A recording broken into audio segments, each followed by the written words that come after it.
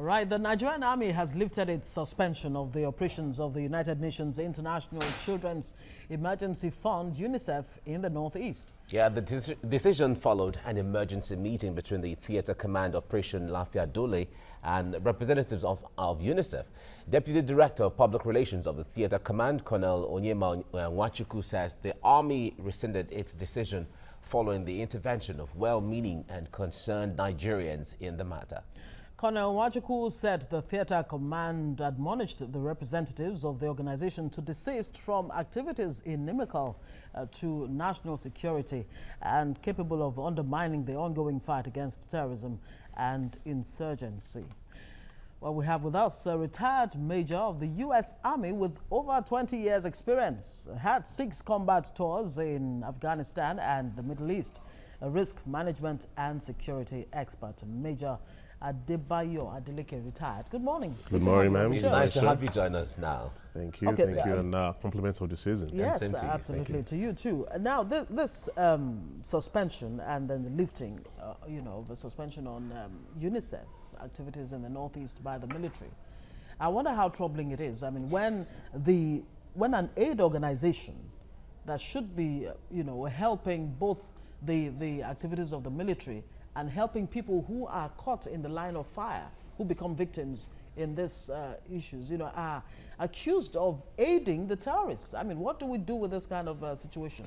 It's quite interesting. Normally, this is normal. Of course, you probably don't know much of this, but actually, this shouldn't play out in the media. But I'll give you historical background on some of this and some of my experience working with NGOs across the world. Actually, we've been having NGOs in combat since 13th century China. So this is not a new concept. This contestation and this antipathy between the military and non-government organization has started a long time ago. And the fact of the matter is there will always be non-government organization in combat. There will always be going to be there, and the military has to deal with it. But the issue is that this so-called collaboration has not been effective over the course of time in Afghanistan, in Iraq. We always have issues with it. And the Nigeria case is not different. But normally what happens when military plan, because look, both the NGOs and the military operate in the same operational environment, what we call operational environment. So they have to figure out a way to both work together. Most military planners don't understand the NGOs and what they bring to the table. And most NGOs believe that the military they're encroaching into their territory. So it's always that tug of war between both. So after World War II, after 1945, when United Nations was instituted and the world was divided, so this issue of impartiality was kind of part of the charter for non-government organizations. So it is imperative for them that they have to be impartial. They don't care what you're doing over there, as long as, like in the case of UNICEF, as long as children are not being endangered, that's their end state. They both, to be honest with you now, the similarities that they both want, the same thing. They want rule of law, they want democratic government, they want economic to flourish and everything. But the approach is the differing approach. It's quite interesting sometimes. But I just believe that it shouldn't. And also as well, the NGOs believe that military put their lives in danger because of the activities in the area. Yes. So what normally happens is that when like in case of situation in like Nigeria or in any combat operations around the world, is that whoever the combatant commander is will call all the actors in the battle space to a meeting. This is what my end state is. This is how you're going to fit in. And information sharing is necessary. It is important for safety of everyone. Because if an NGO goes down, who are they going to call to go and rescue them? There's a lot of concern. Like you mentioned earlier, you said that the concept of humanitarian activity has been there long ago, from 13th century China and up until now. There's this concern why over the centuries or over the decades that there hasn't been a standard template on how these the military on one hand and the international organizations, be it Doctors Without Borders or Red Cross Society or UNICEF or UNDP as the case may be, how they should work together, how they should collaborate. Yes, there's always been framework. There are a lot of researches has been done, a lot of collaborative framework. But we have human factor, and when you're in combat, it's completely different. And I fought terrorism And I understand when you are out there, it is different because you believe your end state is the number one, is the priority. And they also believe the end state is priority. Despite the framework as we have, the same thing with the humanitarian crisis around the world. We have frameworks, we have, this is how things are supposed to work. But when rubber meets the road, it's completely different, you know? And those are the things we continue, is a continual process. We continue to work it from the beginning. So they start off with, and I understand why they have to call back, because it doesn't look, I mean, the optics of it. Optics of it's completely is off. It sends the wrong exactly send the wrong message, and also you can, you know, it's information warfare we have going on as well. So you have UNICEF being banned, and so what are you going to tell to Boko Haram as well, that all things are now fair play, you know, that kind of a thing. And so I understand why they came back and make sure that they have a closed door meeting. To be honest with you, the chances that I don't know the full narrative of what happened. In calling the UNICEF back and lifting this suspension, the military has said to the UNICEF and I guess to other aid organizations like the ICRC, you know, that in the course of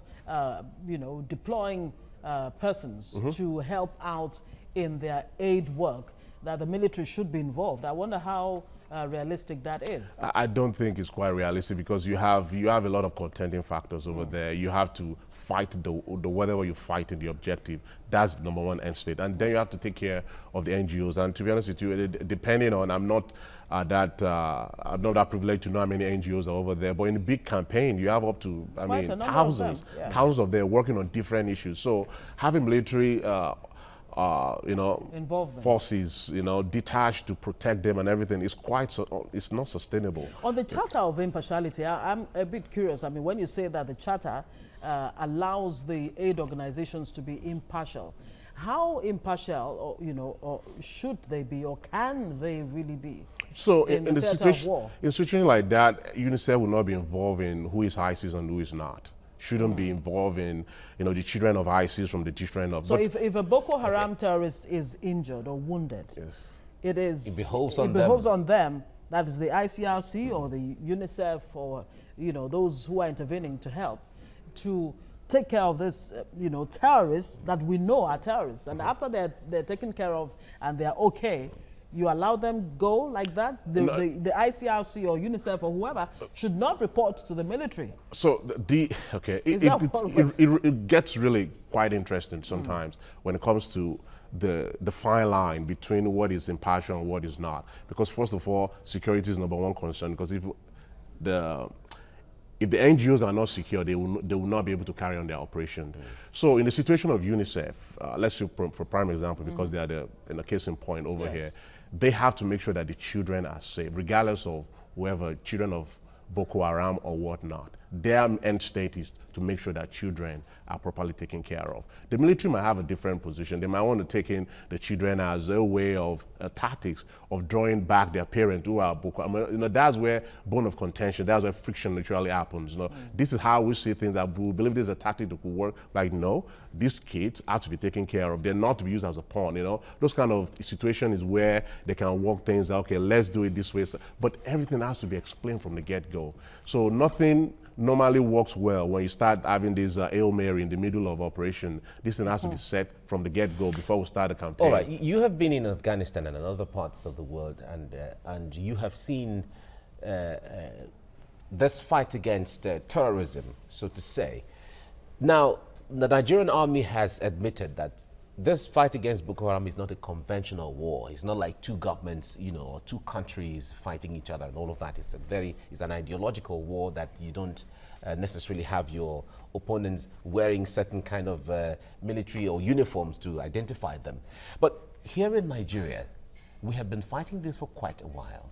Even if the Nigerian army is not trained originally, to fight any kind of war that is not conventional, how long would it take for the Nigerian army or security agencies to master the process of how to handle this situation? Because it seems like we go after a little few months of peace, and then everything escalates again and all of that.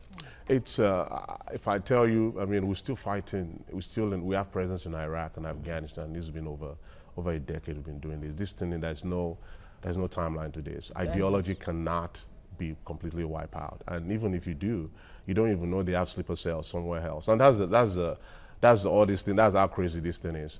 I remember in 2008 when I was involved in when General Azazi was still alive. We actually approached Pentagon, and he saw this coming. He's a very foresight general and very brilliant.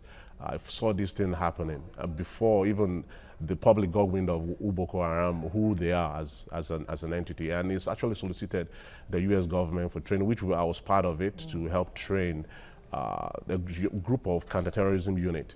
I don't know what became of them. To be honest with you, once we finished our training, I don't know what became of that unit. But that unit is supposed to have be the edge out there, the tip of the spear, and going out there and sorting this thing out before it actually got to what it is right now. But unfortunately, the actions or inactions or whatever happened back then, we're actually seeing in a full display right now.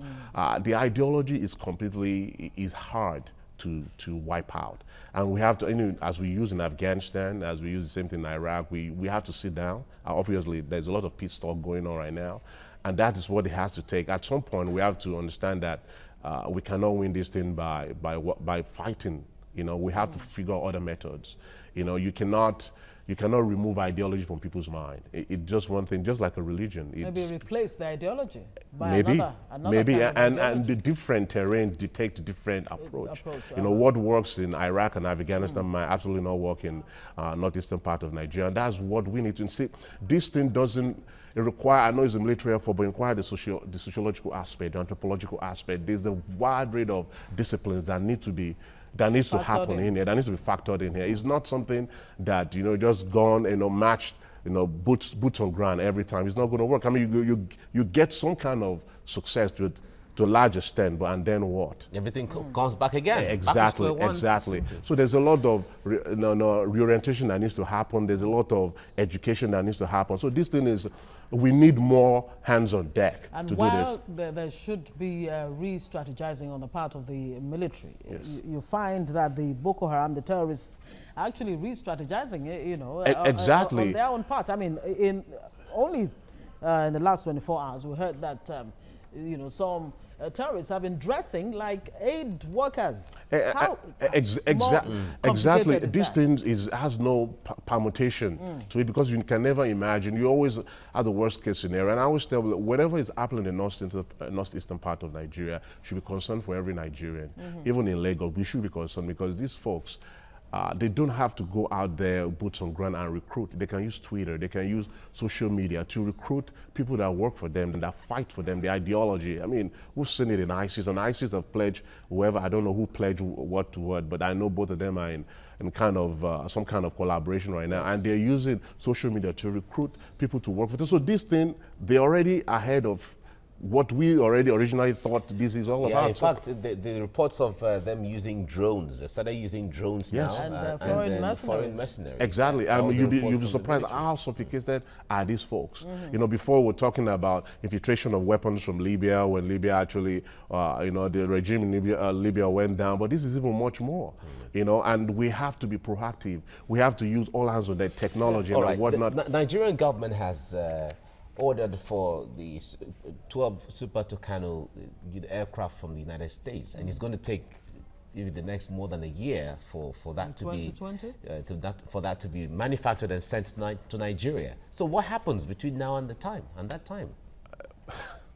Do you see the military being helpless in any way? I don't think I think the will to fight is the number one of all. The will to fight, and I would say, kudos to Nigerian military. I mean, you have to give it to them, because I fought terrorism not on the soil of America. I fought terrorism outside the borders of America. But you can only imagine Nigerian soldiers fighting people that will actually be their relatives, and open warfare in their own country. It's something that you cannot, you can't imagine. You cannot fathom what goes through their mind on a daily basis. And that is quite hard. And so you just imagine them fighting. That strategy of taking the war to the insurgents, to the terrorists, seem to be working for the United States. I mean, you've not had any situation in the homeland, America. But let's even quickly come back to this issue. The UNICEF situation is not alone. It's not a standalone situation. You've had cases where aid organizations have had to, have been accused of compromising somewhat. I mean, you've had Oxfam involvement in all kinds of, sex scandals, UNAMSIL and the rest of them. Is there a need to actually investigate the activities of this aid organization? If there is any, I mean, there is a need. Everything that is looking way off, I mean, I believe that should be investigation. But let's look at the larger, let's broaden the scope a little bit. We cannot continue to say that these are the folks that are primarily responsible for some of the filtration of information from Boko Haram side to Nigerian military or whatnot. So we have to look at it at large. What is being compromised? Because it's a very broad word. What means compromise to me completely might be different from you, and these words are being used loosely these days. So it might be because they don't see things different. They see things differently from them. They believe they're compromised. So there has to be a mutual understanding when I say compromise. What is it? And is it because I'm not sharing information you think I should be sharing with you, or I believe that what you're doing is illegal? I mean, you want to be killing kids, and I said no, you can't. All this. I'm not saying this is what's going on, but there has to be a broader understanding of what compromise is, because I mean, you just read in the media compromise, but you don't really know what actually was going on. Or is the military just trying to get, exactly, and I'm not accusing off its hair because they've been accused of human rights violations and all of that. Is this a way of them getting back? It might be. I don't know, but I don't know the narrative. But there's that deeper. I mean, there's so much story underneath that needs to be unearthed, and people can actually fully understand. And I think there should be an investigation, even need be that this thing actually there's a persistent and there's consistency. Because when it comes to UNICEF and the Red Cross Society, these are international organizations, reputable organizations that have existed for so many years, and they have credibility across the world. But when the military makes a move like this, one would say, well, let's even play the devil's advocate. Should we really investigate to see if maybe 1, 2, 3 staff of that agency organization are working to sabotage, the system and all of that? If that has to be, let us even create a scenario. If that has to be, who will do the investigation? It has to be from United Nations or somebody that has a joint body that both Nigeria and this organization actually call for. But you also have to understand that these organizations recruit from the local community. So it's not too far-fetched. That allegation is not too far-fetched. It's not like they're going to bring somebody from US or Austria to come and work over there. They will rely on local workers that know the terrain to actually work for them. So if those local terrain have families that are involved in this, so it's not too far-fetched of an allegation, but at the same time, it's worth looking into. Okay. All right. Thank you very much. Major Adebayo Adeleke retired, 20 years experience in the U.S. Army. Thank you so much for joining us this morning. Thank you so much.